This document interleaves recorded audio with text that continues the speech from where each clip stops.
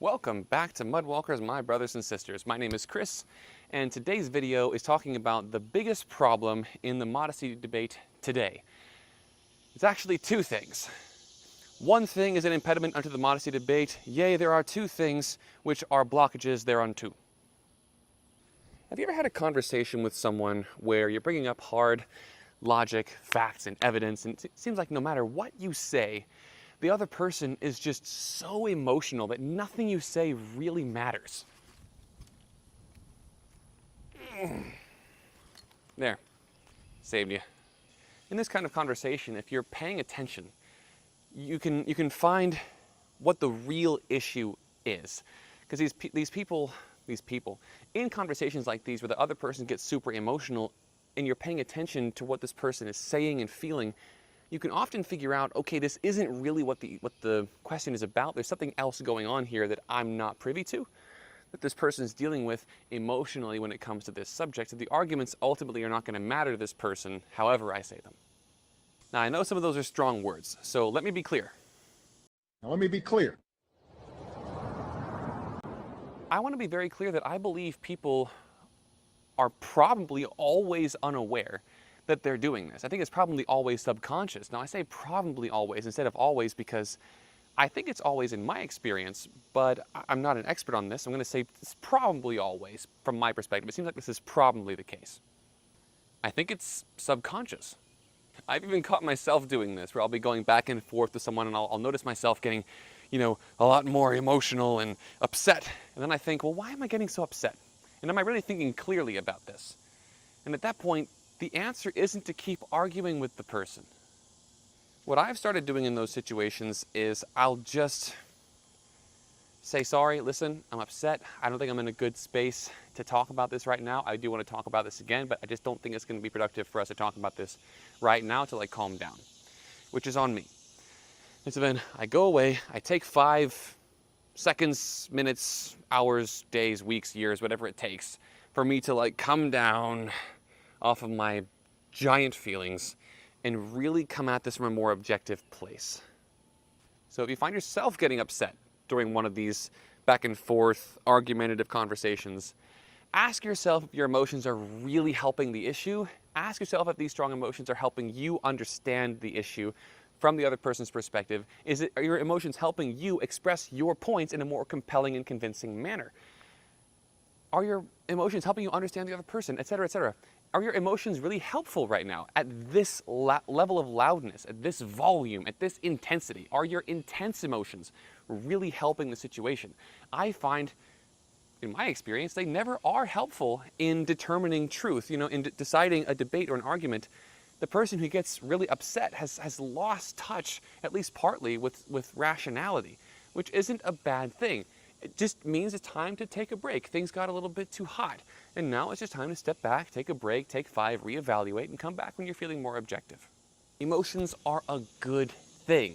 They're essential to being human. It's part of being a person made in God's image. We have emotions, and emotions are good. But emotions are not a very good metric of truth. It makes me happy is not a good reason to put a needle in your arm in an alley. It makes me sad is not a good reason to deny the existence of hell. It makes me so angry is not a good reason to think God doesn't exist. It makes me feel despair is not a good reason to believe that God does exist. Huh? Just because the idea of something not being true, even the existence of God, filling you with despair doesn't mean that the thing is true. It might fill me with despair that unicorns don't exist.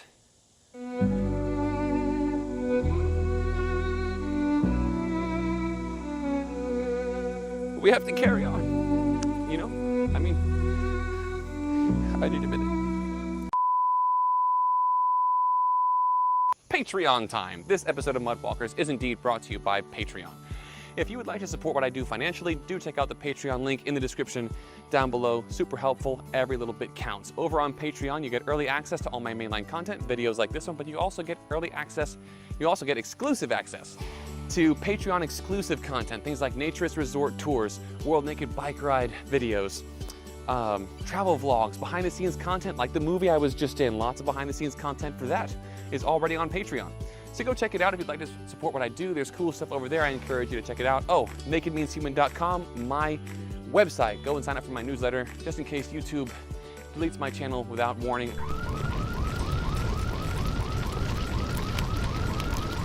That should keep you in touch. If YouTube decides to delete my entire channel without notice or reason, again, let's get back into the video. Yeah, so emotions are not a good metric for truth.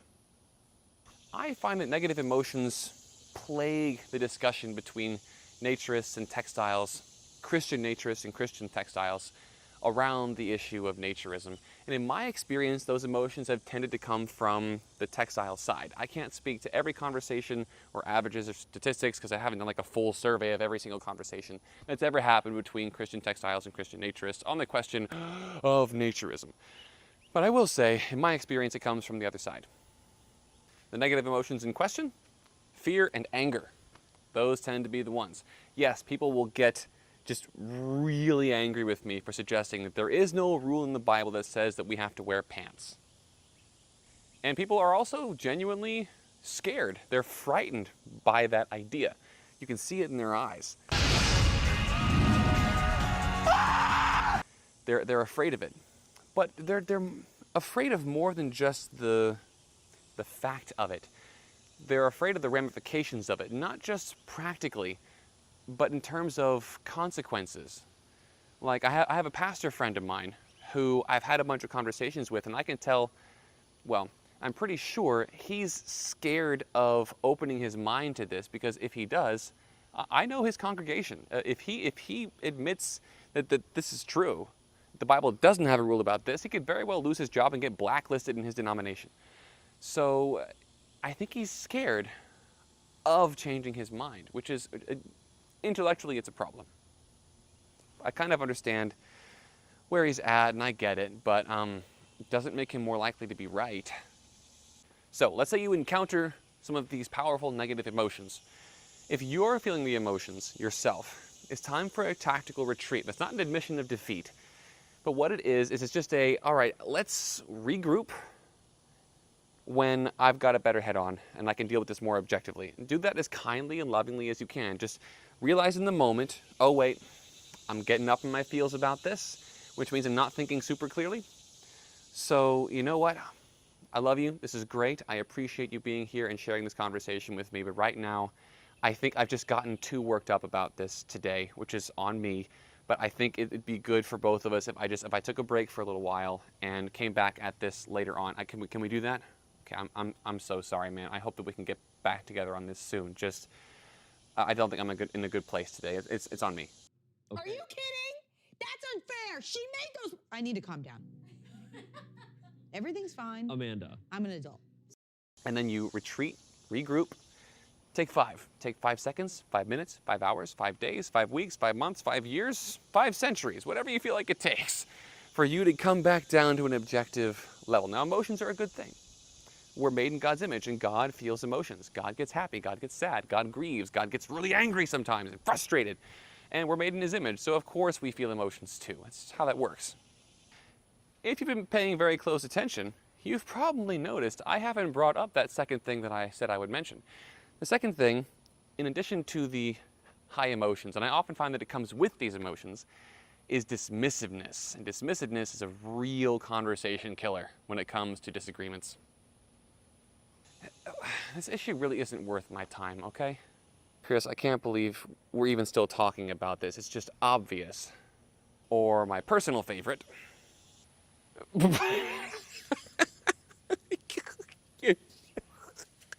You're a what? You can't be serious. That's not real. People do that?